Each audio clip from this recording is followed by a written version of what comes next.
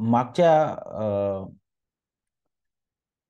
आठवड्यामध्ये आपण विशेष करून अध्याय 9 आणि वचन 29 पर्यंत आपण विचार केला होता आणि अ, अनेक महत्त्वाच्या ज्या बाबी आहेत त्या आपण मागच्या आठवडी हाताळलेल्या होत्या. त्यामध्ये आपण पाहिलं की कशाप्रकारे मार्ग जो आहे ख्रिस्ताला तो मसिया म्हणून प्रगट करत आहे आणि विशेष करून जी अं, शिष्यांची जी तयारी आहे तिथपर्यंत आपण येऊन थांबलेलो होतो.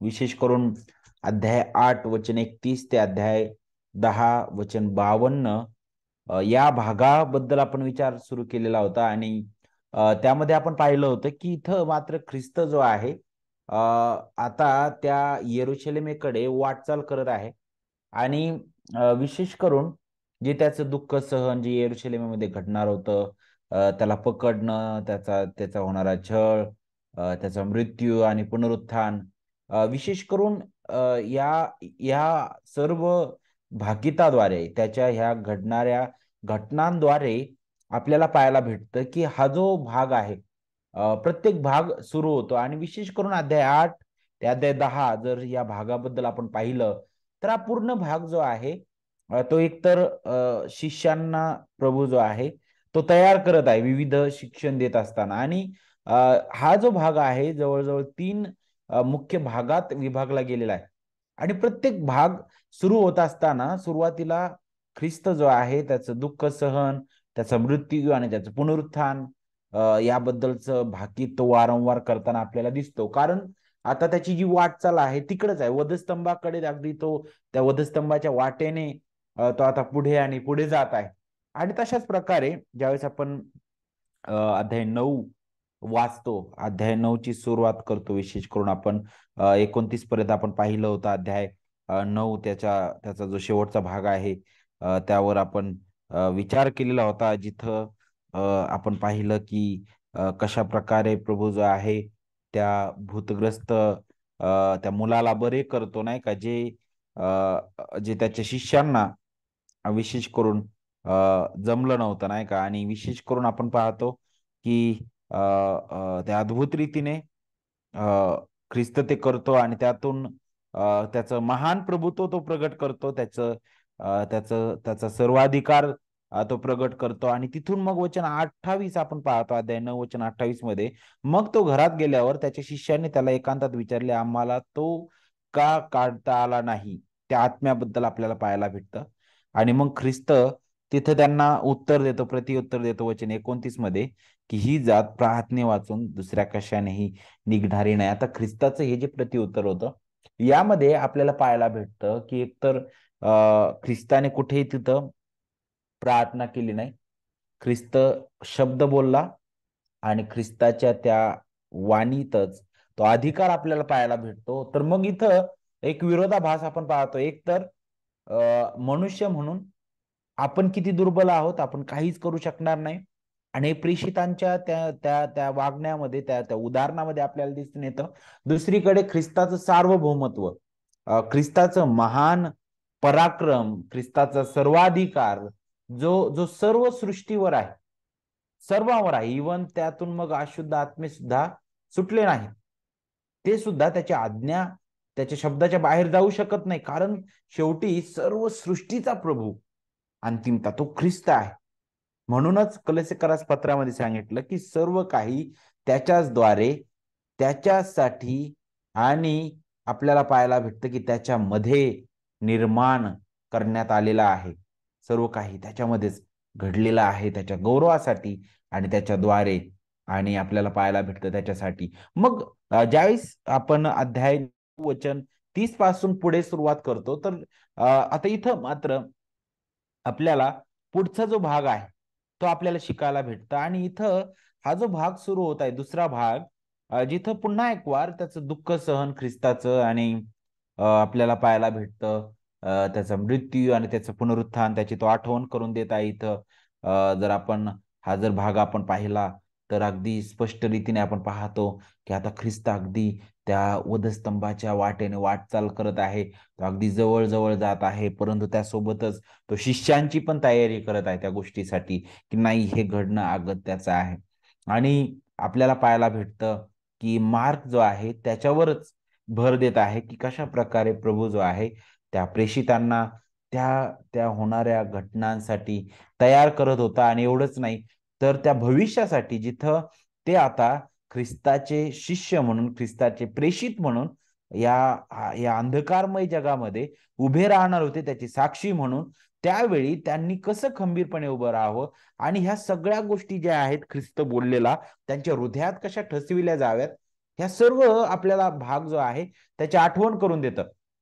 आणि म्हणून आपल्याला पाहायला भेटतं, की वारंवार त्यावर मार्क लक्ष केंद्रित करतो आपलं, की नाही ख्रिस्त त्याच्या प्रेषितांना, त्याच्या शिष्यांना तो तयार करत आहे त्या घटनेसाठी. का बरं?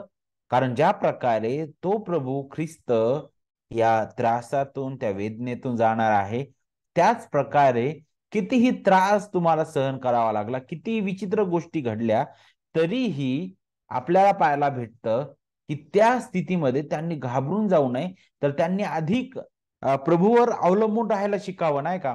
आणि त्याच्याबद्दलच तो इथे बोलत आहे बघा. जर आपण वचन 30 पासून पुढे पाहिलं, तर विशेष करून वचन 31 काय सांगतं बघा.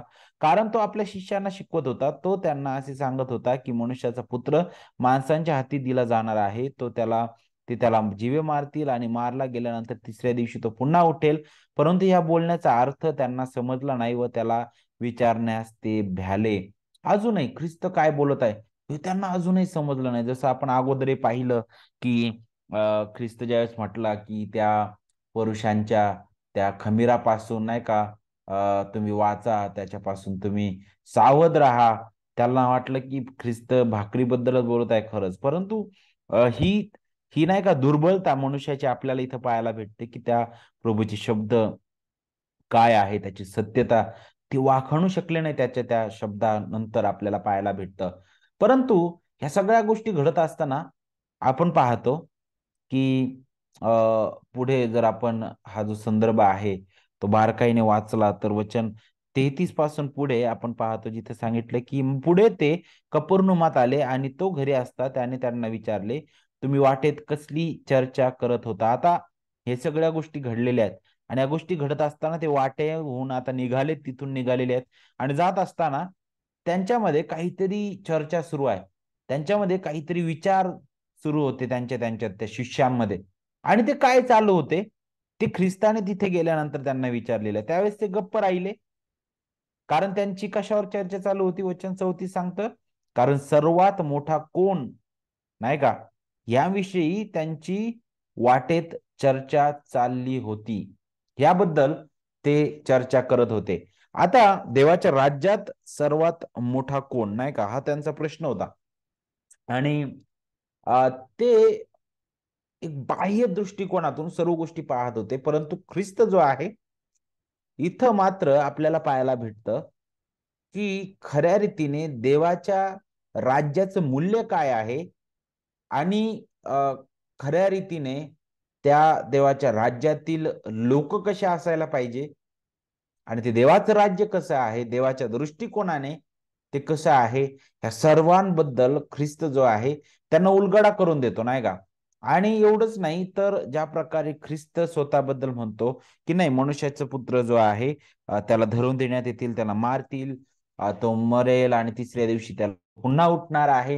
ह्या घटनांबद्दल विचार करत असताना ते लोकं फार बाह्य रीतीने त्याचा विचार करत होते. कारण त्यांना ह्या गोष्टी समजत नव्हत्या, की नेमकं काय करत आहे, याच्या बोलण्याचा नेमका अर्थ काय आहे, हे त्यांना समजत नव्हतं ह्या गोष्टीबद्दल. आणि ह्या सगळ्या गोष्टीबद्दल बोलत असताना आपल्याला पाहायला भेटतं, की ख्रिस्त त्यांना याची पण आठवण करून देत आहे, की तुम्ही ज्या प्रकारे पाहत आहात, त्या प्रकारे देव नाही पाहत, नाही का?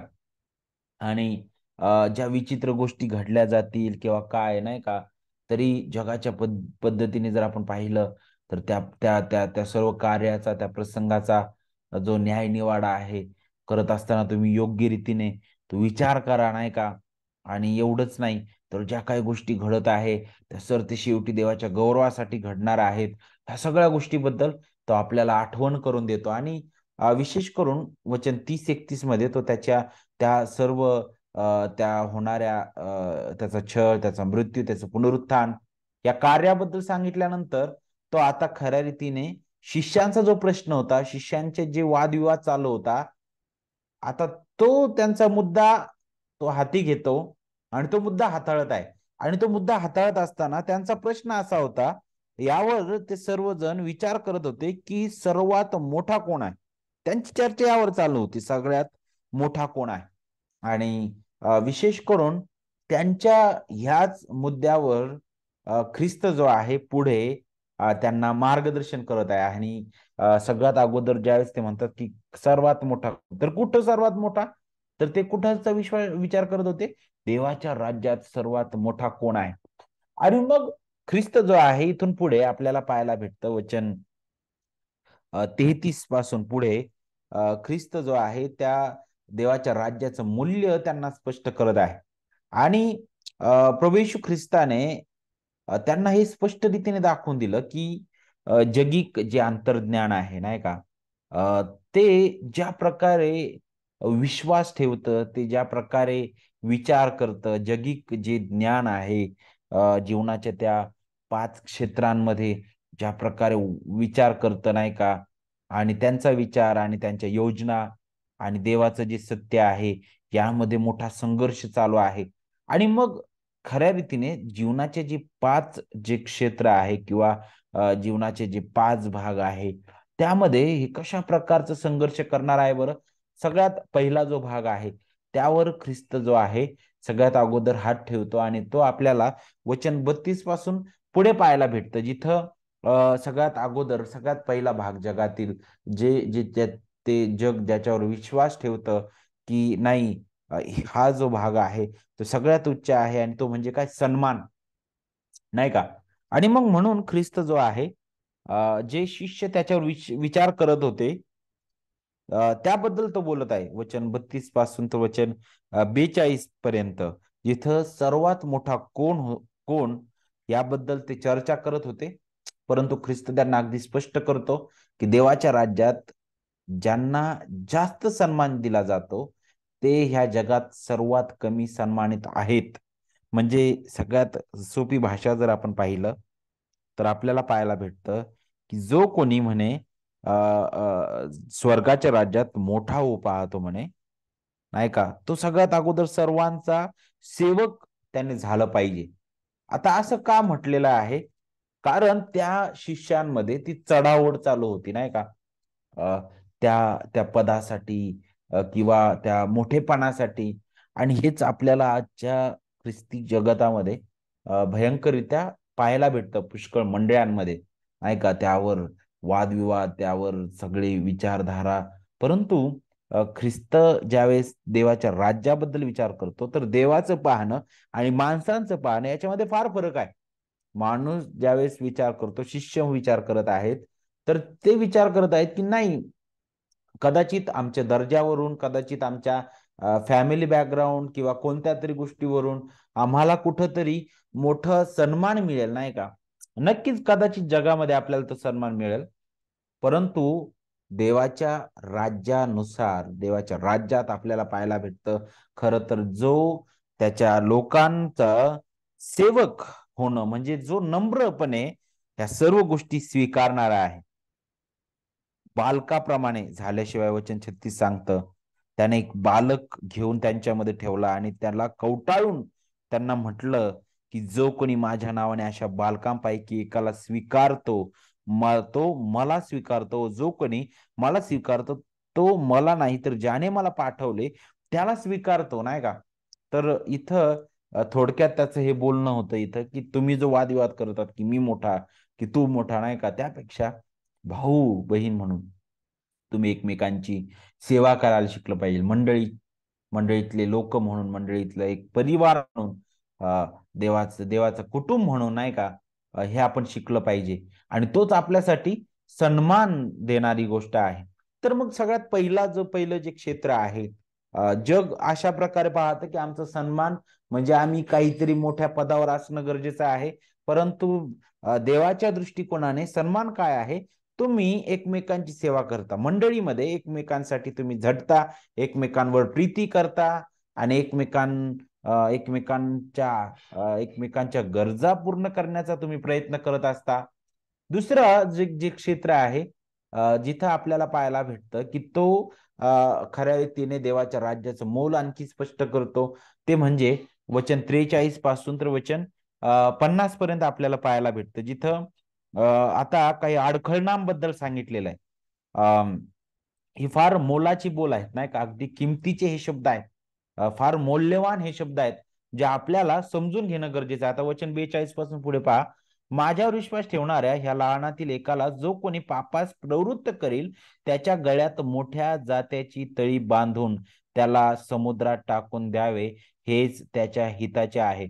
आता वरती सांगितल्याप्रमाणे जो लहान लेकरा त्या बालकाप्रमाणे नाही का, त्याला कवटाळतो सांगितलेला आहे नाही का, अगोदर सांगितलेलं आहे. आणि इथं जो कोणी म्हणे त्याला पापास प्रवृत्त करील, याबद्दल विचार करत असताना आपण गांभीर्याने यावर मनन करणं गरजेचं आहे. ख्रिस्ताची विश्वासणारे लोक, ख्रिस्ताची मंडळी म्हणून आपल्या मंडळीमधील बंधुवर्गावर आपण कशी प्रीती करतो नाही का? काय आपण एखाद्याला किंवा कुणाला पापास प्रवृत्त करणारे कारण होतो का? तर तसं असेल तर ते भयंकर आहे नाही का? आणि आपल्याला पाहायला भेटतं, की मग कशा प्रकारे समजा एखाद्याला पापास आपण प्रवृत्त करू शकतो किंवा आपण स्वतःही प्रवृत्त होऊ शकतो नाही का?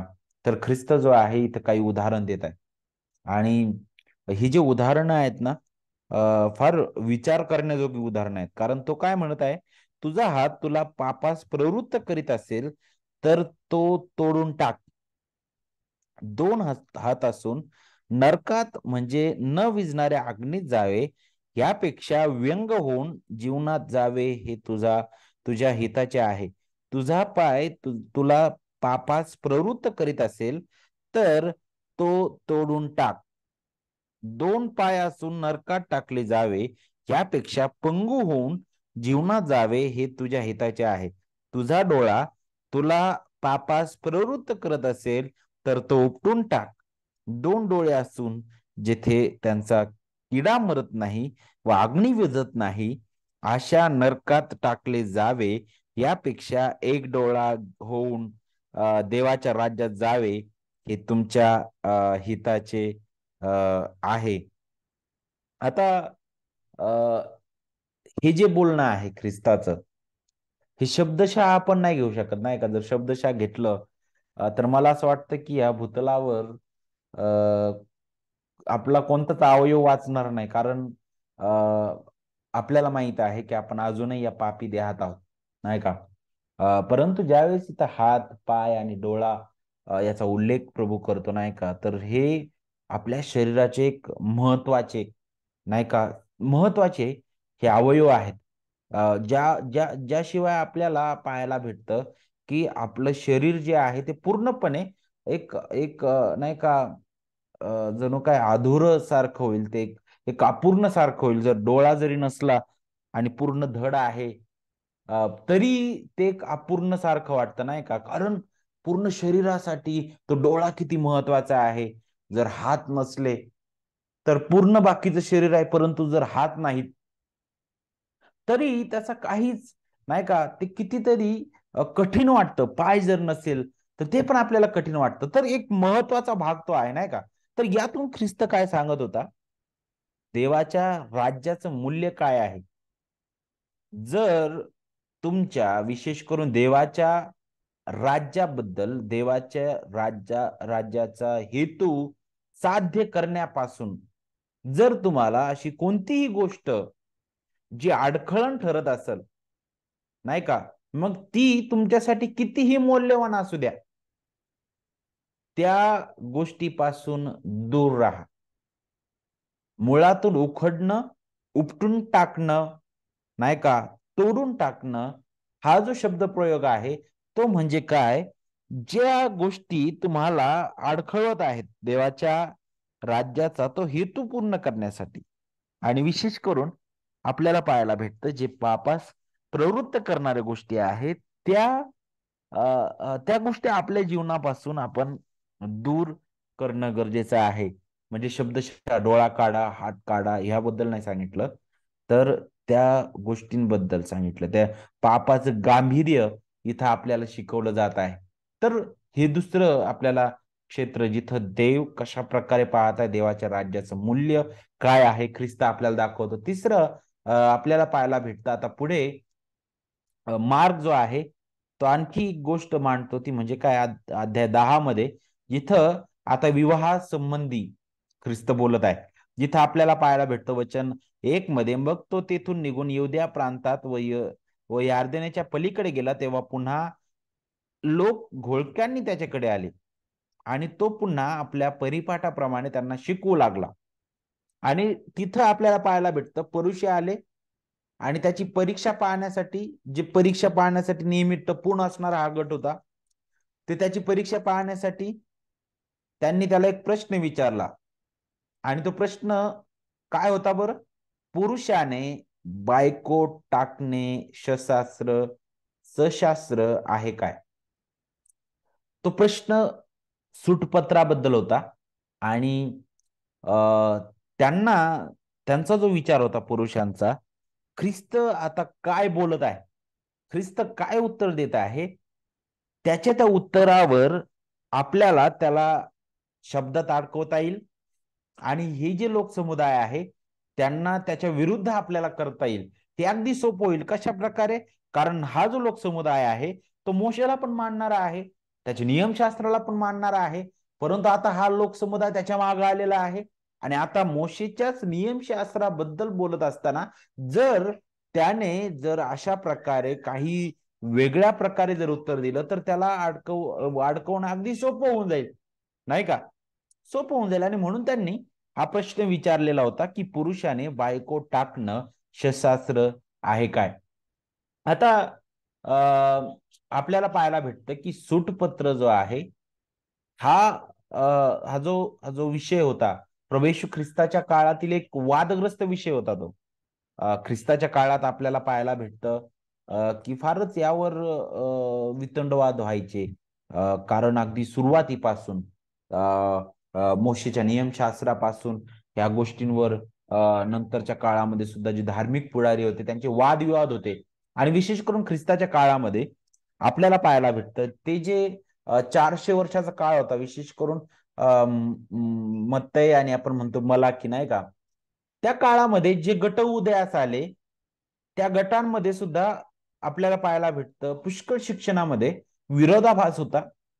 आणि त्याच्यानंतरच्याच काळामध्ये तिथंच काही धार्मिक शिक्षणासाठी मोशेचे नियमशास्त्र शिकवण्यासाठी काही ज्या आहेत विशेष करून 2 प्रकारच्या शाळा तिथं आपल्याला पाहायला भेटतात.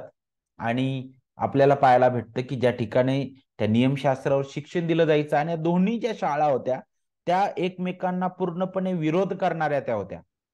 नियमशास्त्राबद्दल दोन्ही शाळांमध्ये शिकवलं जायचं. पहिली जी शाळा होती जिला रब्बी हिलेल म्हणतात, नाही का, जी ख्रिस्ताच्या काळामध्ये होती. आणि जे ज्यांचं शिक्षण जे होतं अगदी सौम्य आणि ते फार लोकप्रिय होतं, लोकांना फार आवडणारं ते होतं. परंतु दुसऱ्या प्रकारचं ची जी शाळा होती, दुसरी जी शाळा होती तिथं त्याला रब्बी शम्माई म्हणतात, जे कट्टरवादी लोक होते. आणि ते इतकं लोकप्रिय नव्हते ते लोक. आता हे जे 2 गट होते, ह्या 2 गटामध्ये हा जो प्रश्न आहे सुटपत्र त्याच्यावर वादविवाद होता यांचा. खरंच याबद्दल काय विचार करायला पाहिजे? मोशीने असं का म्हटलं? तर मग एक जो गट होता तो वेगळं म्हणायचा, दुसरा गट वेगळं बोलायचा. आणि मग हे लोक जे आहेत विशेष करून ज्यावेळेस परुषी तिथे येत आहे आणि हा प्रश्न विचारत आहे, तर ह्या 2 गटांमधील सुद्धा लोक तिथं आपल्याला पाहायला भेटतील. आणि इथं आपण पाहतो की इथं ज्या प्रकारे प्रश्न विचारलाय की पुरुषाने बायको टाकणे सशास्त्र आहे का? आता मार्क फार असं नाही का सरळ सरळ ते लिहित नाही, परंतु मतय जो आहे आपल्याला सोप्या भाषेत लिहितो. खरंच तिथं काय चालू होतं, त्यांनी काय प्रश्न विचारला होता. मत्तय 19 आणि वचन 3 मध्ये तो म्हणतो की कोणत्याही कारणावरून, हा शब्द मार्क जो आहे तो जरा टाळतो नाही का. मार्क हे न बोलता डायरेक्ट म्हणतो की पुरुषाने बायको टाकणे सशास्त्र आहे का. तर मत्तय स्पष्ट करतो कोणत्याही कारणावरून नाही का. आता सशास्त्र हा जो शब्द आहे म्हणजे नियमशास्त्राला धरून, मोशेच्या नियमाला धरून, किंवा देवाचं वचन आपण म्हणतो त्या वचनाला धरून हे आहे का. आता जर ज्यावेळेस आपण नियमशास्त्राबद्दल प्रश्न येतो तर आपल्याला मोशेच्या नियमशास्त्रामध्ये जाऊन सगळ्यात अगोदर हे पाहणं गरजेचं आहे की नेमकं मोशेने सूटपत्राबद्दल जर बोललं होतं तर ते कशा प्रकारे बोललं होतं नाही का, आणि का बोललं होतं, आणि ख्रिस्त त्याचं निरासन कसं करत आहे. अनुवाद 24वा अध्याय वचन 1 मध्ये आपण पाहतो एखाद्या पुरुषाने एखाद्या स्त्रीशी लग्न केल्यानंतर त्याला तिची वागणूक अनुचित वाटल्यामुळे ती त्याला आवडेनाशी झाली तर त्याने सूटपत्र लिहून तिच्या हाती द्यावे आणि तिला घराबाहेर काढावे. आता इथं मोशे ज्यावेळेस लिहित आहे त्यावेळेस इथं अनुचित हा शब्द इथं आलेला आहे मराठीमध्ये, परंतु मूळ भाषेमध्ये अशुद्ध, अशुद्ध काम करताना अशुद्ध वर्तन तिचं आढळलं नाही का. तर अनुचित आणि अशुद्ध हा जो शब्द आहे तो आपल्याला आपल्याला त्याच्याबद्दल आठवण करून देतो. आणि हे जे दोन गट होते हाच एक शब्द घेऊन याच्यावर ते आपले जे दृष्टिकोन आहेत ते मांडत होते. आता रब्बी शमाई जे जे जे जे लोक होते विचारसरणीवाले या स्कूलमध्ये शिकलेले आणि यांचा जो दृष्टिकोन होता ते म्हणत होते की हे जे अनुचित वागणूक आहे किंवा अशुद्ध हा जो शब्द आहे तो लैंगिक अनैतिकतेबद्दल हे सांगत आहे. आणि ते यावरून एका एका एका अशा विचारावर ते आले होते की जर पुरुष किंवा स्त्री जर विवाहाबाहेर जर लैंगिक अनैतिकतेमध्ये जर ते सापडले तर त्यांच्यासाठी सुटपत्राचं कारण आहे. पण हिलेल जे होते त्याच्या पुढे जाऊन ते म्हटले की नाही, इथपर्यंतच नाही तर आपला जो विवेक आहे जे सांगतो की हे अनुचित आहे नाही का, तर मग आपण आपल्या पत्नीला किंवा पतीला सुटपत्र घेऊ शकतो. आपण पत्नीला सुटपत्र देऊ शकतो. मग त्यांनी त्याच्यावरून एक विचार काढला हिलेल जे आहे स्कूल, त्या लोकांनी त्या गटाने ते म्हटले की मग आपला विवेक कशा प्रकारे अनुचित मानतो, कोणत्याही गोष्टीला तो अशुद्ध मानू शकतो. जर बायकोने जर जेवण जाळलं तर पत्नीने जेवण जाळलं तर ते सुद्धा ते म्हणायचे की आपल्या विवेकाला जर पटलं नाही ना ते जर अशुद्ध वाटलं ना तर ठीक आहे ते पण कारण होऊ शकतं नाही का. किंवा पत्नी रस्त्यावर फिरली किंवा जेवणाचं ताट खराब झालं, किंवा नाही का एखाद्या अनोळखी पुरुषाशी बोलली, किंवा पत्नी भांडकुदळ असेल, नाहीतर जेवणामध्ये मीठच कमी पडलं, किंवा फारच नाही का मीठ झालं, तर हे अगदी क्षुल्लक कारण होते. यावर सुद्धा तुम्ही सुटपत्र देऊ शकता. यासाठी हा जो गट आहे हिलेल तो काय करायचा त्यावर विचार करायचा, त्यावर तो शिक्षण देणारा होता. परंतु ख्रिस्त जो आहे खऱ्या रीतीने आपल्याला पाहायला भेटतं की त्यांना विवाहाचा जो अर्थ आहे तो अगदी स्पष्ट करतो. आता आपण काय त्याच्यावर पूर्ण आपला क्लास घालवणार नाहीये. भविष्यात प्रार्थना करा. ससाने सर याच्यामध्ये फार देवबापाने त्यांना उपयोगात आणलेला आहे की भविष्यात यावर कधीतरी सेमिनार व्हावं, घडवून यावं आणि देवाने पुन्हा त्यामध्ये आपल्याला आशीर्वादित करावा. ठीक आहे. तर मार्क 10 मध्ये आपल्याला पाहायला भेटतं वचन 5 मध्ये ज्यावेळेस आपण येतो तर तिथं आपल्याला पाहायला भेटतं की ख्रिस्त म्हणत आहे त्यांना की तुमच्या अंतःकरणाच्या कठीणपणामुळे त्याने ही आज्ञा तुमच्यासाठी लिहून ठेवली होती म्हणे मोशेने. का बरं सूटपत्राबद्दल, तर तो म्हणतो तुमचा अंतःकरणाचं कठीणपणामुळे घडलेला आहे, तुमच्या अंतःकरणाच्या कठीणपणामुळे भरलेला दर हे घडलेलं आहे, लिहून ठेवलेलं आहे. आणि मग वचन 6 मध्ये आता ख्रिस्त जो आहे तो अगदी त्यांचं लक्ष प्रारंभाकडे वेधून घेतो. वचन 6 मध्ये काय सांगितलं, परंतु उत्पत्तीच्या प्रारंभापासून देवाने त्यांना स्त्री पुरुष असे उत्पन्न केले. ख्रिस्त प्रारंभाकडे घेऊन जातो. अगदी प्रारंभापासून देवाने त्यांना स्त्री पुरुष असे उत्पन्न केले. स्त्री पुरुष अगदी सोबत हा शब्द आपण पाहतो, स्त्री पुरुष. आज अनेक बोलतात की नाही का, आम्ही वेगळ्या काळात राहतो, आजचे नियम वेगळे आहेत, आम्हाला आधुनिक समज आहे नाही का, आम्हाला हवे आहे. परंतु ख्रिस्त जो आहे त्या काळामध्ये पुन्हा त्यांना उत्पत्तीकडे घेऊन जात आहे. कारण देवाने जो क्रम नेमलेला आहे, देवाने जे घडवलेलं आहे त्याबद्दल त्यांना विचार करण्यास तो भाग पाडतो. आणि वचन 6 मध्ये देवाने त्यांना स्त्री पुरुष असे उत्पन्न केले म्हटलेलं आहे.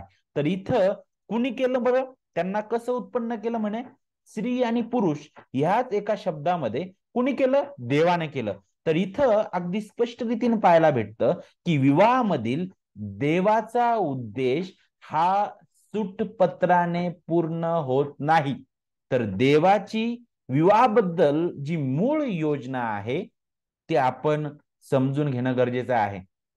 देवाने त्यांना उत्पन्न केले. विवाहावर देवाचा मालकी हक्क आहे, कारण विवाह हा देवाने स्थापिलेली एक संस्था आहे. देवाने ते स्थापिलेलं आहे, ते माणसाद्वारे निर्माण झालेलं नाही.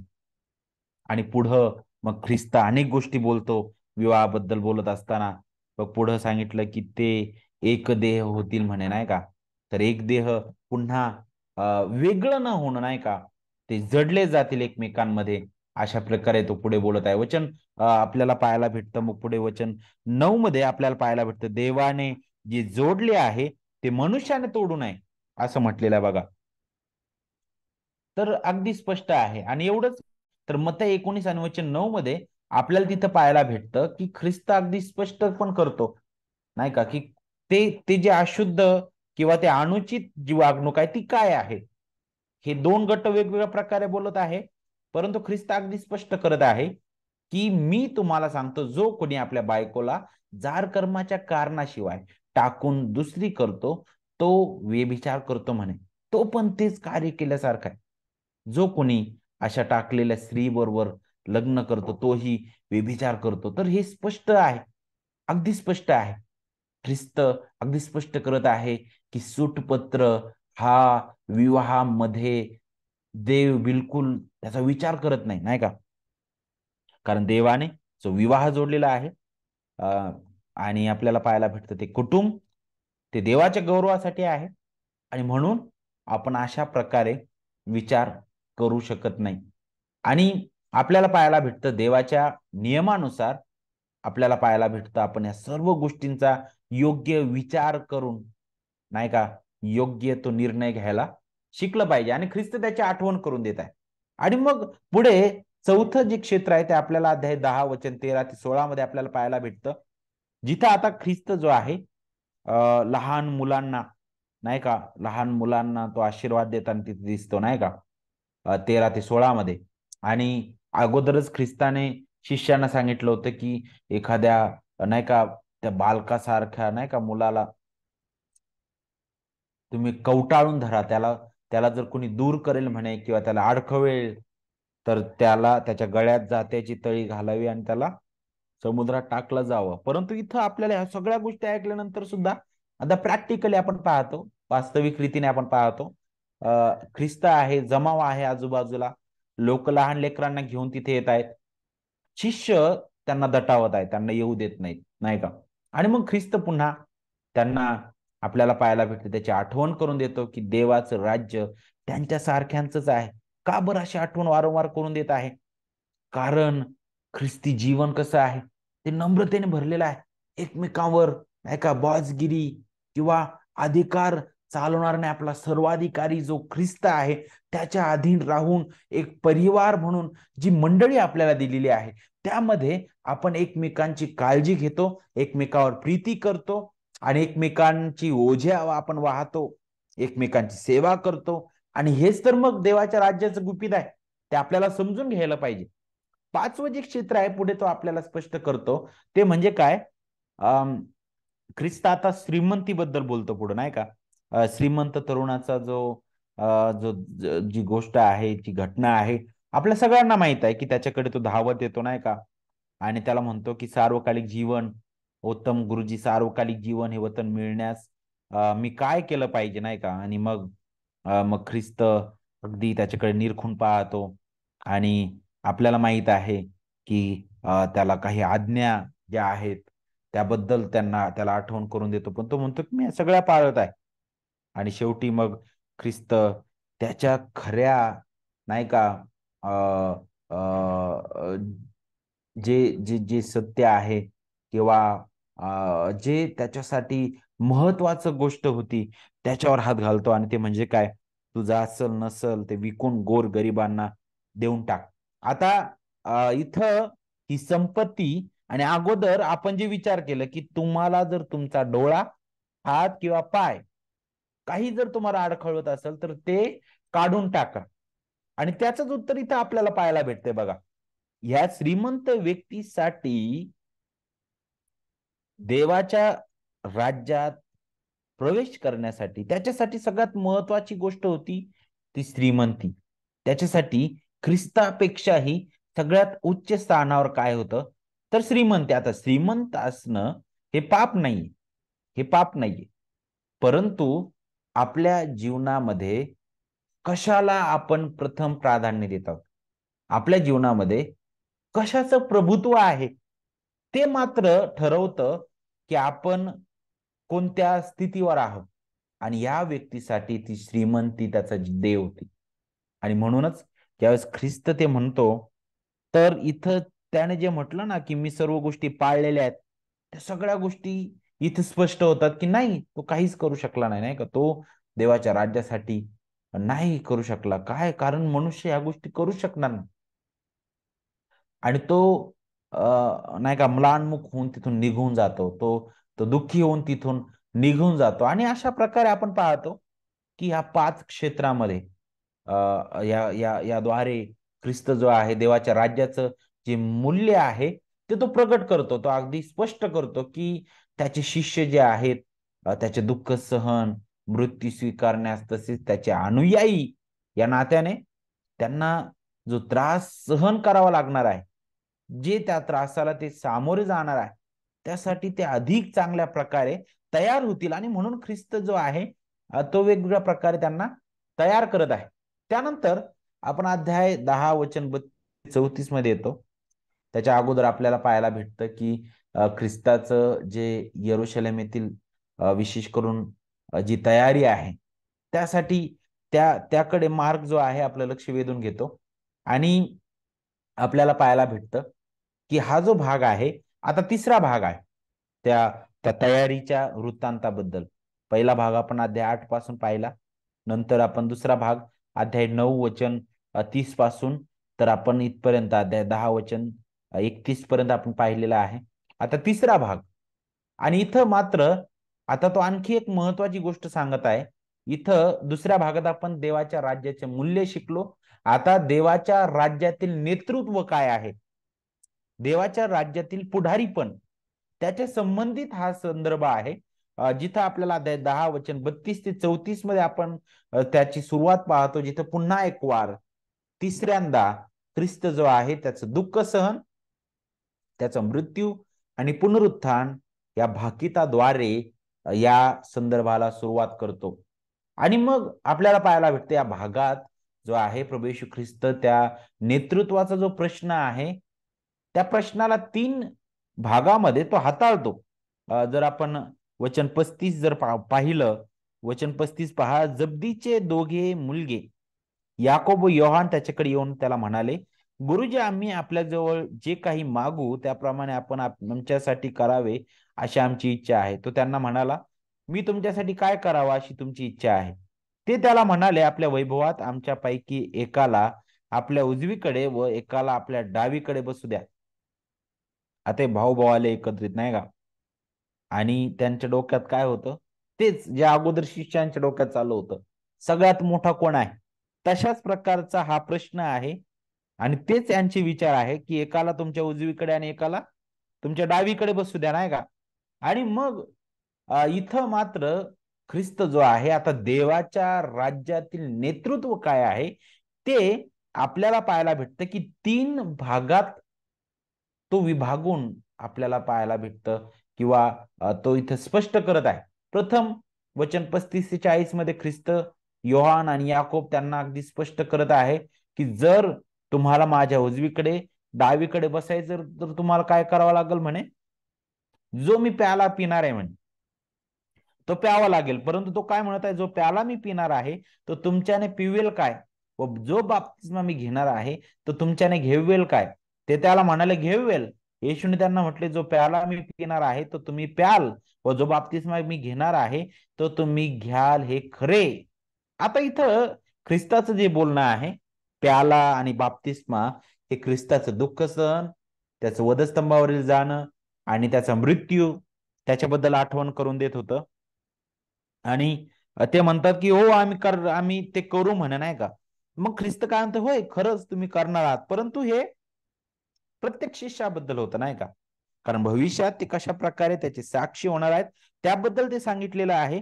परंतु वचन 40 म्हणतो, का म्हणतो, पण माझ्या उजवीकडे व डावीकडे कोणाला बसू द्यायचे हे माझ्या हाती नाही. त्या जागा ज्यांच्यासाठी सिद्ध केल्या आहेत त्यांनाच त्या मिळणार आहे. आणि अगदी स्पष्ट रीतीने इथं ख्रिस्त त्यांना आठवण करून देत आहे, माझा प्याला आणि बाप्तिस्मा जो मी घेणार आहे, जो प्याला मी पिणार आहे ते तुम्ही करणार आहात. नक्कीच भविष्यात त्या गोष्टी होईल, परंतु आता जे मी करण्यासाठी आलो कार्य ते तुम्ही करू शकणार नाही.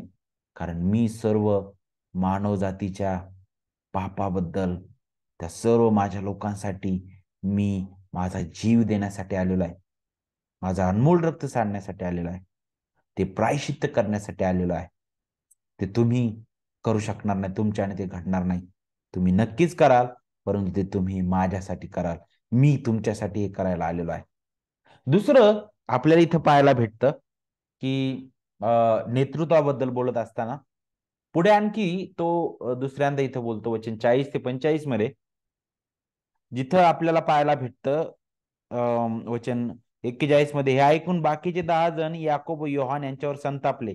तेव्हा त्यांना जवळ बोलावून घेऊन येशू त्यांना म्हणाला, परराष्ट्रीयांत सत्ताधारी म्हणून जे मांडलेले आहेत ते त्यांच्यावर जुलूम करतात व त्यांचे वरिष्ठ लोक त्यांच्यावर अधिकार चालवतात, हे तुम्हाला ठाऊक आहे.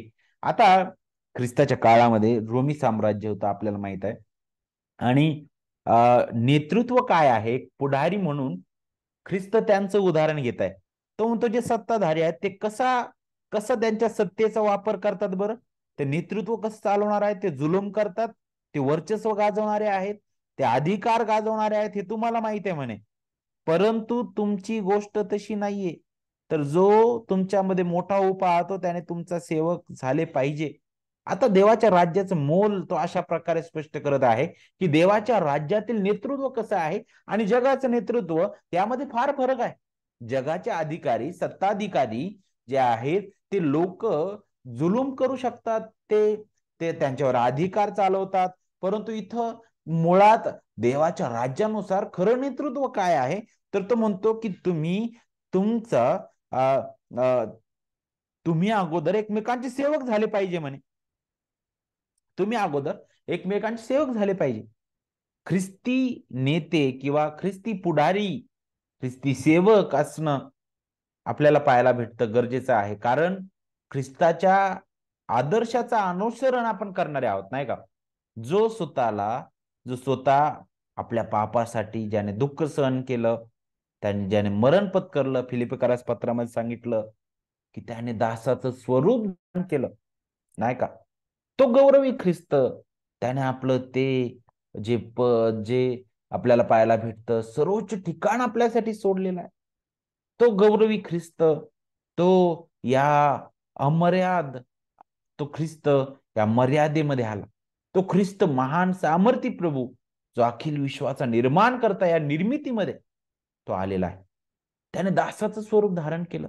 तो महान देव देहधारी झालेला आहे आपल्यासाठी. त्याने ते कार्य परिपूर्णरित्या पूर्ण केलेलं आहे. आणि मग हे देवाचं राज्य त्याने प्रस्थापित केलेलं आहे. आणि या देवाच्या राज्याचे जर आपण लोक आहोत, जर आपण त्याचे नागरिक आहोत, आणि तेथे आपण म्हणतो की नाही, आम्ही तेथील पुढारपण आम्हाला करायचं आहे. ख्रिस्त म्हणतो खरं पुढारपण हे आहे की आपण सेवक असणं गरजेचं आहे. पुढे तिसरं जे आपल्याला पाहायला भेटतं की त्यांच्या प्रश्नाला जो उत्तर तो देतो तिसऱ्या भागात, तो तिसरा भाग जिथे आपल्याला आंधळ्या मनुष्याबद्दल पाहायला भेटतं, बारतिमेय बद्दल, नाही का. आणि त्याच्यावर तो कशा प्रकारे आता दया दाखवत आहे, नाही का. त्याच्याबद्दल दाखवलेला एक महान नेता जो आहे, तो काय करतो, जर एखादा मोठा पुढारी जर आपण पाहिलं, पुष्कळदा जो भिकारी आहे समोरून दिसणारा, त्याच्याकडे नजरअंदाज करणार, त्याच्याकडे दुर्लक्ष करून तो निघून जाणार, नाही का. परंतु शिष्यांसमोर आता जो प्रश्न होता आणि ख्रिस्ताने जे बोललेलं आहे, अगदी ते कृतीतून दिसत आहे. कारण तो आंधळा व्यक्ती आहे, तो तिथं उभा आहे, तो तिथं भीक मागण्यासाठी आहे, आपल्याला पाहायला भेटतं. आणि त्याची अवस्था आपल्याला पाहायला भेटते की फार फार कठीण आहे, नाही का. तो भिकारी आहे म्हटलेला आहे. आणि मग अशाकडे तो ख्रिस्त जात आहे आणि त्याच्यावर तो दया दाखवत आहे. यातून देवाच्या राज्याबद्दलचं जे मूल्य आहे ते नक्कीच शिष्यांना शिकायला भेटलं असेल. ख्रिस्त त्या ख्रिस्ती पुढाऱ्यांना अगदी स्पष्ट रीतीने सांगतो, नाही का, की त्या नेत्यांपेक्षा आपण वेगळे आहोत. त्याच्या लोकांचे सेवक होण्यासाठी तो पाचारण करतो. आणि म्हणूनच वचन 45 मध्ये तो काय म्हणतो बरं, वचन 45 मध्ये, कारण मनुष्याचा पुत्र ही सेवा करून घेण्यास नाही, तर सेवा करण्यास व पुष्कळांच्या मुक्तीसाठी आपला जीव खंडणी म्हणून अर्पण करण्यास आला आहे. पाहिलं, अगदी स्पष्ट रीतीने तर आपल्याला पाहायला भेटतं की देवाचे लोक म्हणून, ख्रिस्ताचे अनुयायी या नात्याने जे आपण नेतृत्व करतो ते कसं, अगदी अगदी नम्रतेने आणि अगदी ती सेवा, एकमेकांची सेवा करण्याद्वारे. आणि मग आता इथं विरोधाभास दिसतो, नाही का, वेगळं पण दिसतं. रोमी जे नेतृत्व होतं त्याच्यामध्ये आणि याच्यामध्ये फार फरक दिसतो, ज्यावरून ख्रिस्त या गोष्टी बोलत आहे. रोमी जे अधिकारी आहेत ते जुलूम करत होते, जे जे धिटाईने वागायचे, त्यांच्या अधिकाराचा ते दुरुपयोग करायचे. परंतु देवाचं राज्य तशा प्रकारचं नाहीये. मार्कच्या काळामध्ये नेतृत्वाचा मुख्य नमुना म्हणजे त्यांच्या लोकांवर ते सामर्थ्य आणि वर्चस्व चालवायचे, नाही का. परंतु ख्रिस्त म्हणतो नाही, देवाचं राज्य तसं नाही, देवाचं राज्य तसं नाही, देवाच्या राज्यात तसं होणारच नाही. आणि म्हणून तो म्हणतो की मनुष्याचा पुत्रही, जर मी जो गौरवी देव, जो देहधारी झालेला आहे, तो जर सेवा करून घेण्यास नाही तर सेवा करण्यास आणि पुष्कळांच्या मुक्तीसाठी आपला जीव खंडणी म्हणून अर्पण करण्यास आलेला आहे, तर तुम्ही माझ्या अनुयायी आहात, ख्रिस्त म्हणत आहे. आणि तुम्ही सुद्धा तशाच प्रकारचं अनुसरण करायला शिकलं पाहिजे. सेवक म्हणून नेतृत्व करण्यास ख्रिस्त जो आहे त्याच्या लोकांना बोलावत आहे. एकमेकांची सेवा करण्यास तो शिकवतो आपल्याला. रोमन वर्चस्वाच्या त्या प्रतिमांचं अनुसरण तुम्ही करू नाही शकत इथं मंडळीमध्ये, नाही का. आणि प्रभू येशू ख्रिस्ताने असा आग्रह धरला की देवाच्या राज्यात नेतृत्व जे आहे ते जगाच्या नेतृत्वाच्या नमुन्यानुसार केलं जाऊ शकत नाही, नाही का. त्याऐवजी दुःखाच्या, त्याच्या स्वतःच्या उदाहरणाचे अनुसरण करणं हे आपल्याला आवश्यक आहे. काही मार्गाने आपण पाहतो रोम मधील जे जे मा जे जे वाचक होते खरे, जे विश्वासणारे होते, जी मंडळी होती, नाही का, त्यांच्यासाठी फार फार फार निराशाजनक ही बातमी असावी कदाचित, नाही का. परंतु आपण पाहतो, कारण त्यांना असं वाटत होतं, त्या विश्वासणाऱ्यांना ज्यांच्यासाठी मार्कने हे शुभवर्तमान लिहिलेलं आहे, रोम मधील त्या मंडळीला असं वाटत होतं की अरे, आम्ही ज्या दुःखातून चाललेलो आहे ते असामान्य आहे, यातून बाहेर निघायला पाहिजे, नाही का. पण मार्क जो आहे त्यांना हे स्पष्ट करत आहे की ख्रिस्ताचं जे अनुसरण करतात त्यांच्यासाठी हे दुःख सार्वकालिक गौरवाचा भार उत्पन्न करणारे आहे. आणि त्याचीच ही सकारात्मक बाजू आहे, जी आपल्याला रोम 8 आणि 18 मध्ये पाहायला भेटतं, जिथं पाऊल म्हणत आहे, कारण आपल्यासाठी जो गौरव प्रगट होणार होता, त्याच्या पुढे सांप्रत काळाची दुःख काहीच नाहीत. आणि मग तेच आपल्याला इथं पाहायला भेटतं. पुढे ज्यावेळेस आपण अध्याय 11 मध्ये येतो, तिथे आपल्याला आता संघर्ष पाहायला भेटतो. आणि हा संघर्षाचा वृत्तांत इथे आहे अध्याय 11 ते 13 मध्ये. आणि तो 2 भागामध्ये विभागलेला आहे. पहिला जो भाग आहे तिथे आपल्याला पूर्णपणे विरोध पाहायला भेटतो. दुसऱ्या भागामध्ये अध्याय 13 वचन 1 ते वचन 37 मध्ये जैतुनाच्या डोंगरावरील जे प्रवचन आहे त्याबद्दल आपल्याला शिकायला भेटतं. प्रथम ज्यावेळेस आपण पाहतो अध्याय 11 वचन 1 ते 11 मध्ये ख्रिस्ताचा यरुशलेमेमध्ये जो झालेला विजयी जो जयोत्सव आणि जो प्रवेश आहे त्याच्याबद्दल सांगितलेलं आहे, जिथं तो मसिया आणि इस्रायलचा विशेष करून तो मसिया म्हणून आणि इस्रायलचा योग्य राजा म्हणून तिथं जणू काय जाहीर घोषित ते करण्यात येत आहे. आणि ख्रिस्त आता इथं मात्र लोकांना अडवत नाही. आतापर्यंत तो अडवत होता, परंतु आता तो अडवत नाही. कारण आता ती वेळ आली होती की त्यांना समजावं की तो गौरवी मसिया, तो गौरवी राजा त्याच्या प्रजेला त्यांच्या पापांपासून सोडवण्यासाठी आता पुढे चाललेला आहे, त्या वधस्तंभाच्या वाटेने चाललेला आहे.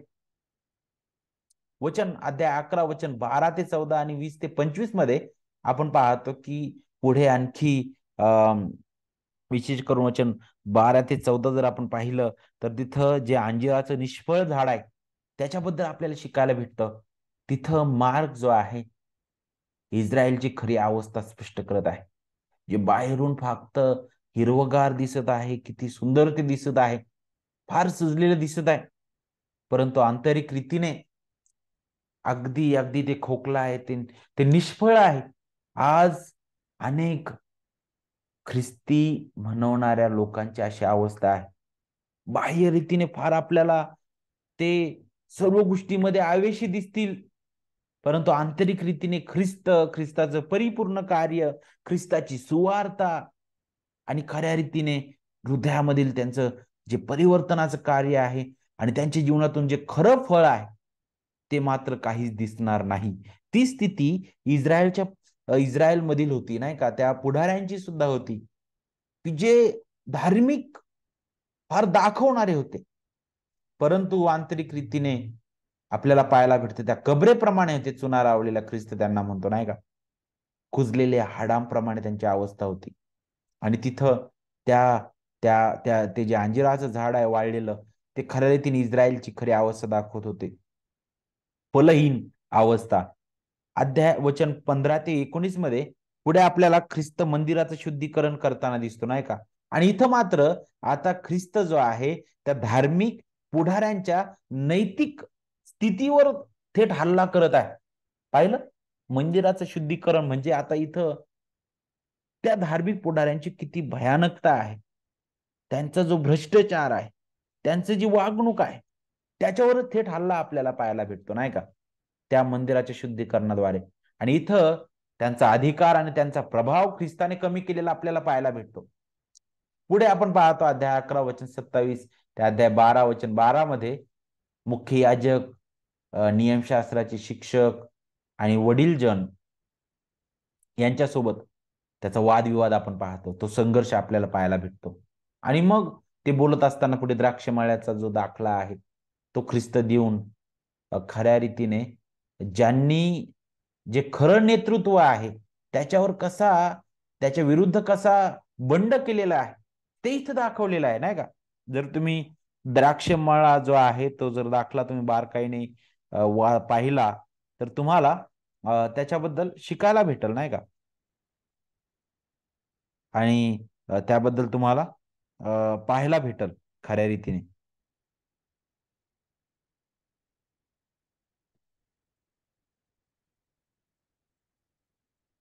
अध्याय 12 मध्ये, नाही का, की जिथं आपल्याला पाहायला भेटतं की एका गृहस्थाने द्राक्षमळा लावला म्हणे, नाही का, त्याच्या भोवती कुंपण केलं आणि तिथं नाही का त्याने मळा बांधलेला आहे, माळा बांधला आणि तिथं माळ्यांना तो दिलेला आहे भाड्याने. आणि मग नंतर ज्यावेळेस फळ येण्याची वेळ येते, त्या फळ येतं त्यावेळेस तो त्याच्या दासांना पाठवतो, त्यांना ते मारतात आणखी दुसऱ्या दासांना पाठवतो, त्यांना पण ते मारतात. आणि मग तो जो आहे तो विचार करतो की आता मी माझ्या पुत्राला पाठवतो, कदाचित ते त्यांचं त्याचं तरी ऐकतील, नाही का, त्याला भितील. परंतु ते विचार करतात की अरे आता त्याच्या पुत्रालाच जर मारला आपण, नाही का, तर सगळ्याच मालक आपण होऊन जाऊ, नाही का. आणि हीच अवस्था यहुदी लोकांची होती. देवाने त्यांच्याकडे संदेश त्यांना पाठवलं, त्यांनी त्याचं ऐकलं नाही, नाही का. देवाने राजे उभे केले, याजक उभे केले, त्यांनी नाही ऐकलं. शेवटी देवाचा पुत्र स्वतः ख्रिस्त त्यांच्याकडे आला, तरी सुद्धा त्यांनी त्याचं सुद्धा ऐकलं नाही, त्याचा नकार केलेला, नाही का. आणि इथं जे जे जे जे खरं देवाच्या राज्यातील नेतृत्व आहे, त्याच्या विरुद्ध असणारं हे बंड त्यातून दाखवलेलं आहे. आणि यातून त्यांना सरळ ख्रिस्ताने दोष लावला. आणि हे त्या पुढाऱ्यांना समजून आलेलं आहे. आणि म्हणूनच ते त्याला आता धरायला पाहत होते. जर तुम्ही या दाखल्यानंतर जर पाहिलं, तर तुम्हाला पाहायला भेटल तिथं वचन 12 मध्ये पहा, तेव्हा ते त्याला धरण्यास पाहू लागले, परंतु लोकसमुदायाची त्यांना भीती वाटली, कारण हा दाखला त्याने आपल्याला उद्देशून सांगितलाय. हे त्यांना ध्यानात आलं होतं म्हणे. फार हुशार होते त्या बाबतीत ते, नाही का. आणि मग पुढे आपल्याला पाहायला भेटतं अध्याय 12 वचन 13 ते 17 मध्ये. मग पुन्हा काही परुषी आणि हेरोदी जे जे कैसराला देण्याबद्दल, ते कर देणं त्याच्याबद्दल प्रश्न घेऊन येतात. ख्रिस्त त्यांना निरुत्तर करतो. 18 ते 27 मध्ये पुनरुत्थानाबद्दल सदुकी लोकांचा जो प्रश्न होता, त्यांना त्यांचं ते निरासन तो करतो. त्यानंतर नियमशास्त्र काय आहे त्याचा सारांश वचन 28 ते 34 मध्ये तो देतो. 35 ते 37 मध्ये दाविदाचा प्रभू म्हणून ख्रिस्त जो आहे, त्याचं मसीहा पण आणि त्याचं देव पण तो तिथं प्रगट करत आहे. आता या सगळ्या गोष्टी झाल्यानंतर आता आपल्याला हा जो संदर्भ आहे अध्याय 14 ते अध्याय 15, इथं आपल्याला जे ख्रिस्ताने भाकीत केलं त्या अनुभवातून आता तो स्वतः जाताना दिसतो. आता हा जो भाग आहे अध्याय 14 वचन 1 ते अध्याय 15 वचन 47, या भागामध्ये आपल्याला पाहायला भेटतं ख्रिस्ताचं दुःख सहन आणि मृत्यूचा जो प्रत्यक्ष अनुभव आहे, तो इथं मार्क मांडत आहे. आणि यातून आपल्याला पाहायला भेटतं, यामध्ये मग यहूदाने केलेला विश्वासघात, पेत्राने केलेला ख्रिस्ताचा नकार, त्याच्याबद्दलचं भाकीत, गेतशेमाने बागेमध्ये आपण पाहतो की प्रभू येशू सोबत प्रार्थना करण्यात शिष्यांचं अपयश, नंतर प्रभू येशू ख्रिस्ताला अटक करणं, त्याच्यावर खटला चालवण्यात येतो. मग पेत्राचं जे नाकारण आहे, जे भाकीत करण्यात आलं होतं त्यानुसार तो नाकारतो पेत्र. आणि शेवटी ख्रिस्ताला वधस्तंभी खिळणं, त्याला कबरेत ठेवणं, ह्या गोष्टीबद्दल मार्क सांगत असताना फारच निराशादायक अशी ती स्थिती तिथं निर्माण झालेली आपल्याला पाहायला भेटते. फारच गडद अंधकारमय स्थिती आपल्याला तिथं पाहायला भेटत आहे. तिथं फार वेदनादायक स्थिती मार्क जो आहे तिथं स्पष्ट करत आहे. आणि विशेष करून ज्यावेळेस मार्क ह्या घटना तिथं मांडत आहे अध्याय 14 आणि 15 मध्ये, त्यावेळेस तो त्याच्या वाचकांना, जे रोम मधील मंडळी होती, जे आपण वारंवार ऐकत आहोत, ती मंडळी त्या काळामध्ये विशेष करून छळातून चाललेली होती, वेदनेतून चाललेली होती. परंतु ज्यावेळेस मार्क जो आहे ख्रिस्ताच्या वेदना त्यांचं आणि शिष्य त्यांच्यावर येणाऱ्या जो घाला आहे, ह्या सगळ्या गोष्टींबद्दल बोलत आहे, तर खटला चालविणं आणि या सगळ्या गोष्टीबद्दल बोलत असताना मार्क त्या वाचकांना याची आठवण करून देत आहे की ह्या ज्या वेदना आहेत, ह्या वेदना तुमच्या वेदनापेक्षा कितीतरी भयंकर होत्या, नाही का. अध्याय 15 वचन 16 ते 47 मध्ये आपण पाहतो, जिथं प्रभू येशू ख्रिस्ताला रोमन ते जी सैनिक आहे त्यांच्या स्वाधीन करण्यात आलं. त्यांनी त्यांना मारलं, अपमानित केलं त्याला भयंकर, नाही का. आणि एक सामान्य गुन्हेगाराप्रमाणे त्याला वागणूक दिली. वधस्तंभावर त्याला खेळलं गेलं, नाही का. त्याची सुरुवात तिथं आपण पाहतो. मानवी दृष्टिकोनातून त्याचं दुःख हे फारच जबरदस्त भयंकर असं ते होतं. रोमी लोकांकडून हे जे गैरवर्तन झालं ते सर्व त्याने सहन केलेलं आहे. या वस्तुस्थितीमुळे आपण पाहतो की मार्कचं जे जे जे मूळ विश्वासणारे, जे मूळ श्रोतेगण आहे, जे ऐकणारे आहेत, जे वाचणारे होते मूळ, जणू काय त्यांच्याशी एक दृढ संबंध इथे एक मार्क जो आहे या घटनेद्वारे प्रस्थापित करत आहे. ती तत्काळ प्रभूचं दुःख आणि त्यांचं दुःख यामधील साम्य ते समजू शकले असतील, नाही का. आणि त्यांना हे धैर्य देणारं होतं की नाही, आमचा प्रभू, माझा प्रभू कितीतरी भयंकर, ह्याच रोमी साम्राज्यामध्ये, ह्याच रोमी लोकांच्या त्या गैरवर्तनामधून तो गेलेला आहे. त्याने दुःख सहन केलेलं आहे. प्रभू येशू ख्रिस्ताबद्दल आपण पाहतो की प्रभू येशूच्या त्या दुःखाचा सर्वात वाईट भाग काय होता बरं? तो म्हणजे जगाचं पाप त्याच्यावर लादण्यात आलं. तो निर्दोष असताना, तो निर्दोष असताना एका सर्वसाधारण अपराध्यांप्रमाणे त्याला गणण्यात आलं. तो देव व पित्याच्या क्रोधाच्या अधीन झाला, इथपर्यंत की त्याने मरण आणि वधस्तंभावरील मरण सुद्धा सोसलेला आहे. तो मरण पावल्यावर त्याला कबरेत ठेवण्यात आलं, नाही का? याच्याबद्दल आपल्याला हा जो शेवटचा जो अध्याय आहे, अध्याय आपल्याला 15 आपल्याला त्याची आठवण करून देत आहे. मग त्याच्यानंतर काय आहे? हा गडद अंधकार आहे, मार्क त्यांच्यासमोर ठेवतो. आणि मग त्याच्यानंतर काय आहे? मग उजेड होणार नाही का? सकाळ नाही होणार का? पुन्हा पहाट होणार नाही का? तर मार्क लगेच दाखवतो की नाही, पहा, तो गौरवी ख्रिस्त जो तुमच्या आणि माझ्या पापांसाठी तो आला, तो जगला, तो मरण पावला, तो पुन्हा महान वैभवाने पुनरुत्थित झालेला आहे. आणि त्याच्याबद्दलचा हा संदर्भ आहे अध्याय 16 वचन 1 ते 8 मध्ये तिथं मार्क देत आहे. मार्क जो आहे ख्रिस्ताच्या पुनरुत्थानाबद्दल इथं बोलत आहे की तो मरणाच्या अधीन राहिला नाही, कारण तो गौरवी ख्रिस्त आहे, तो पुन्हा उठलेला आहे. आणि तो मार्ग जो आहे, आता जे साक्षीदार आहेत ते तो प्रगट करण्याचा प्रयत्न करत आहे. मार्क म्हणत आहे की पहा, नंतर शब्दात गेल्यावर मगदालिया मरिया, याकोबाची आई मरिया व सलोमे यांनी तिकडे जाऊन त्याला लावण्याकरिता सुगंधी द्रव्य विकत घेतली. आणि आठवड्याच्या पहिल्या दिवशी भल्या पहाटेस सूर्योदयाच्या समयी त्या कबरेजवळ आले. अगदी ही जी घटना आहे तो अगदी स्पष्टपणे मांडतो, नाही का?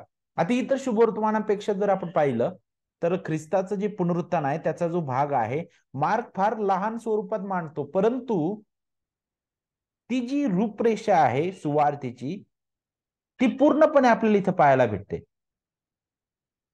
आणि आपल्याला पाहायला भेटतं, या विभागाची सुरुवात होत असताना येथे ख्रिस्ताच्या मृत्यूनंतर त्याला कबरेत ठेवण्यात येतं.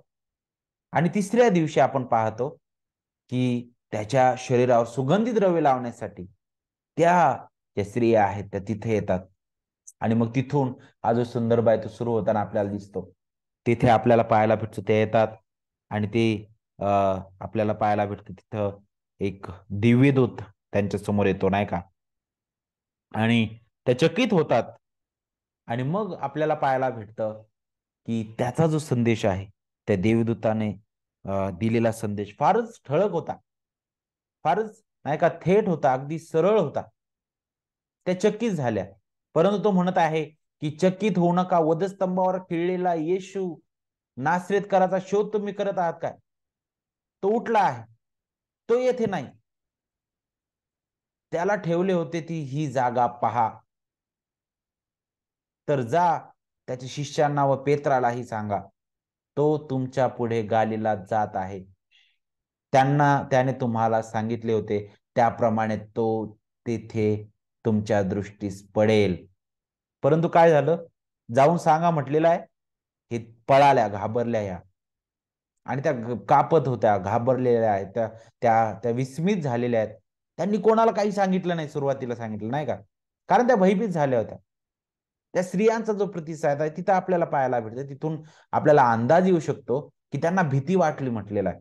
आणि या शुभवर्तमानातील जवळपास प्रत्येकाने जेव्हा जेव्हा देवाचं सामर्थ्यशाली, नाही का, त्याची उपस्थिती त्यांनी जाणली, त्यावेळी त्यांनी भीतीद्वारे तो प्रतिसाद त्यांचा आलेला आहे, आपल्याला पाहायला भेटतं. आणि तेच आपल्याला ह्या पुस्तकामध्ये पुढे शिकायला भेटते. ते आपण पाहतो की त्या स्त्रियांना नगरात जाऊन ख्रिस्ताच्या पुनरुत्थानाची घोषणा करण्याची आज्ञा दिली, पण ते तिथून पळून गेल्या.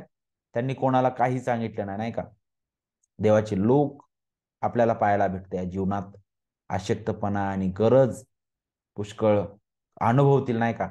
रोम मधील विशेष करून जे विश्वासणारे होते आपल्याला पाहायला भेटतं. त्यांच्यासाठी सुद्धा हे खरंच होतं. आणि ते आपल्याला पाहायला भेटतं, की प्रत्येक काळातील मंडळीसाठी देखील खरं आहे. पण आपण पाहतो, की नक्कीच जिथं भय, भीती, थक्क करणाऱ्या गोष्टी आपल्याला पाहायला भेटतात. परंतु दुसरीकडे आपण पाहतो सुवार्तेची चांगली बातमी ते आहे. कारण देवाचं राज्य आलेलं आहे. मसीहाने देवाच्या लोकांच्या शत्रूंवर विजय मिळवलेला आहे. अगदी अंतिम शत्रू मृत्यूवरही त्याने विजय मिळवलेला आहे. आणि या कारणास्तव देवाचे लोक धैर्याने राज्याच्या सुवार्तेच्या शत्रूंचा सामना करू शकतात. कारण विजय जो आहे तो आधीच झालेला आहे. आणि म्हणून आपल्याला पाहायला भेटतं की तो ख्रिस्त मरणाच्या आधी नाही, तो पुन्हा उठलेला आहे. 2000 वर्षांपूर्वी हे घडलेलं आहे. आता तो पुन्हा येणार आहे. आज तो त्या गौरवी पित्याच्या उजवीकडे तो बसलेला आहे. तो पुन्हा उठला म्हणे आणि त्याने अखेरची आज्ञा दिली. वचन 16 मध्ये आपल्याला पाहायला भेटतं. ती आज्ञा काय बरं? की जाऊन संपूर्ण सृष्टीला सुवार्तेची घोषणा करा. आणि हीच जबाबदारी प्रत्येक व्यक्तीची आहे, मंडळीची आहे. ख्रिस्ताची साक्ष सांगणं, ख्रिस्त जगणं, ख्रिस्त गाजवणं नाही का. आणि ज्या प्रकारे देवाचे सेवक म्हणतात नाही का, की जी मंडळी सुवार्ता प्रसारात भाग घेत नाही, जी मंडळी ख्रिस्ताची साक्ष होऊ शकत नाही, ती मंडळी मृत अशी आहे. आणि म्हणून ख्रिस्ताने आपल्याला दिलेली संधी आहे. तो प्रभू आपल्यासाठी आला, आपल्यासाठी जगलेला आहे. तो स्वर्गात घेतला गेलेला आहे. तो देवाच्या उजवीकडे बसलेला आहे. आणि आपल्याला पाहायला भेटतं, की तो पुन्हा येणार आहे. तो तारणारा म्हणून येणार नाही आता. तो गौरवी राजा, राजांचा राजा म्हणून येईल आणि जगाचा न्याय निवाडा करणार आहे. आणि त्याला आपण सामोरे जाणार आहोत. आणि जर आपण त्याच्यावर विश्वास ठेवतो, नक्कीच आपण त्याच्यासोबत राज्य करू, त्याच्यासोबत आपण राहू. जर आपण त्याच्यावर विश्वास ठेवत नाही, तर आपल्यासाठी नरक अटळ आहे. म्हणून आपण स्वतःचं आत्मपरीक्षण करूया. आम्ही ख्रिस्ताबद्दल काय विचार करतो नाही का? ख्रिस्ताने केलेलं परिपूर्ण कार्य त्याबद्दल आमचे विचार काय आहे? रोम मधील मंडळी ज्या प्रकारे हताश झाली होती तिच्या जीवनातील जो छळ येत होता, संकट येत होता, तशाच प्रकारे आमच्या जीवनामध्ये कोणत्या ना कोणत्या प्रकारच्या समस्यांना आम्हाला तोंड द्यावं लागत असेल. कदाचित आम्ही आजारातून जात असू किंवा वेगवेगळ्या प्रकारच्या समस्येला आम्ही तोंड देत असू. आमची समस्या आपल्या प्रत्येकाला माहीत आहे. परंतु त्यामध्ये आमचं लक्ष काय आहे? आम्ही ख्रिस्ताकडे पाहून त्या संकटामध्ये सुद्धा आनंदाने देवावर विश्वास ठेवून आमचं जीवन जगत आहोत का? आपल्याला विचार करण्याची गरज आहे. आपण इथे थांबूया. पुढे वेळ बाबांच्या हाती देत होता, आपल्याला पुढे चालवतील.